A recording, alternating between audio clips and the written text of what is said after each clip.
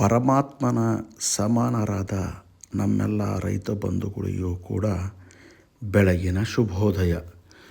ಪ್ರಕೃತಿಯನ್ನು ವಿಕೃತಗೊಳಿಸಿ ಕೃಷಿ ಮಾಡುವುದರಿಂದ ಪ್ರಕೃತಿ ಮಾತೆ ನಮ್ಮನ್ನು ಮುನ್ನಡೆಸುವುದಿಲ್ಲ. ಪ್ರಾಕೃತಿಕವಾಗಿ ಪ್ರಕೃತಿಯನ್ನು ಆಕೃತಿಗೊಳಿಸಿದರೆ ಪ್ರಕೃತಿ ಮಾತೆ ನಮ್ಮನ್ನು ಮುನ್ನಡೆಸುತ್ತಾಳೆ. ಎಚ್ಚರಿಕೆಯಿಂದ ಕೃಷಿ ಮಾಡಿ. ಅತಿಯಾದ ರಸಗೊಬ್ಬರಗಳು ಇಂದಿನ ಕೃಷಿಯಲ್ಲಿ ಮಹತ್ವವನ್ನು ಪಡೆದುಕೊಂಡಿವೆ. ಇದರಿಂದ ಹೊರಬರಲು ದಯಮಾಡಿ ಸುಸ್ಥಿರ ಕೃಷಿ ಮಾಡಿ. ತೋಟದಲ್ಲಿ ಸಾವಯವ ಇಂಗಾಲವನ್ನು ಅಭಿವೃದ್ಧಿಪಡಿಸಿ ಎರೆಹುಳು ಅಭಿವೃದ್ಧಿ ಮಾಡಿ ಅಂತಕ್ಕಂಥದ್ದು ನಮ್ಮ ಉದ್ದೇಶ. Thank you one and all.